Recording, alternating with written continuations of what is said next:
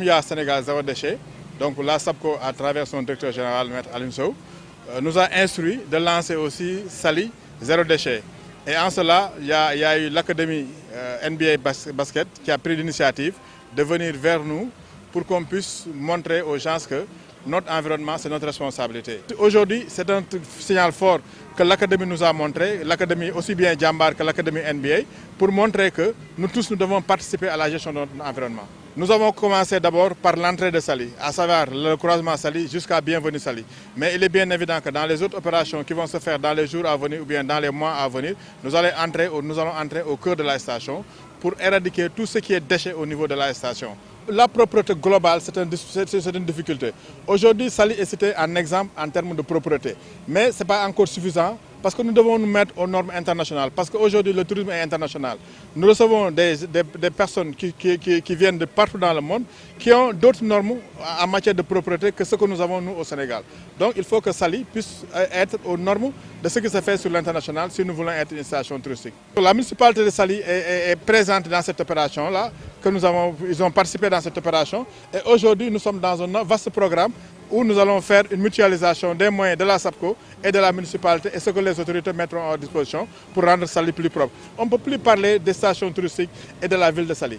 Le tout, c'est dans un tout globalisé. Donc c'est pourquoi, avec le maire, nous avons décidé de mutualiser nos moyens pour rendre Saly propre. Et aujourd'hui, la SAPCO est dans une dynamique régionale, même parce que nous avons ouvert SAPCO Petite Côte, qui est basée à Mbour, qui va prendre de manière globale la salubrité, en tout cas de la Petite Côte, de manière globale. Je précise, j'habite au Sénégal et je suis fière d'y habiter, je suis heureuse d'y habiter. Et c'est pour ça que je me sens concernée par le nettoyage de Saly et du Sénégal en général. Comme on dit, on n'a pas bâti Rome en une journée. Donc il va falloir plusieurs opérations de ce genre pour lesquelles je pense qu'il faudrait davantage de publicité.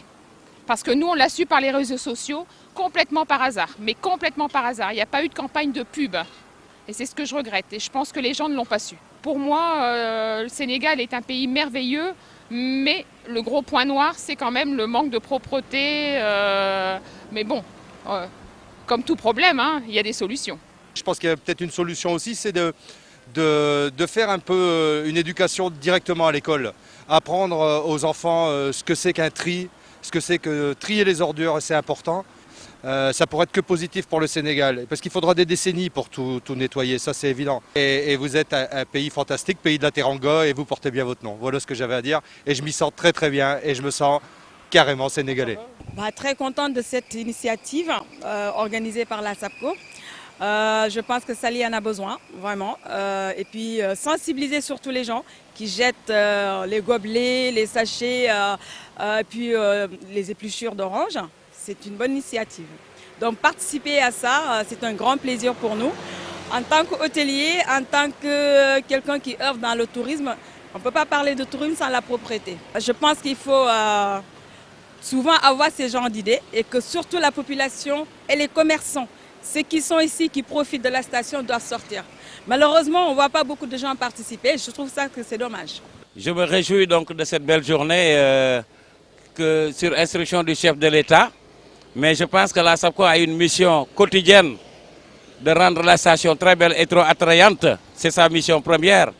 Je suis un peu déçu parce qu'on ne devait pas attendre l'instruction du chef de l'État pour pouvoir le faire.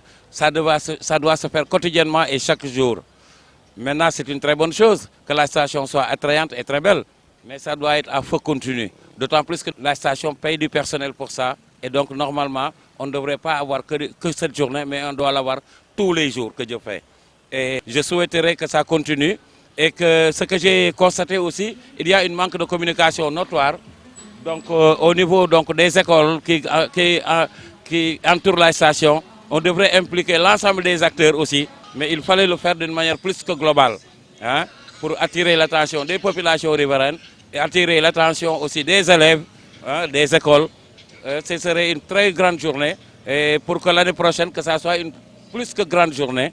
Et je pense que moi, c'est mon souhait.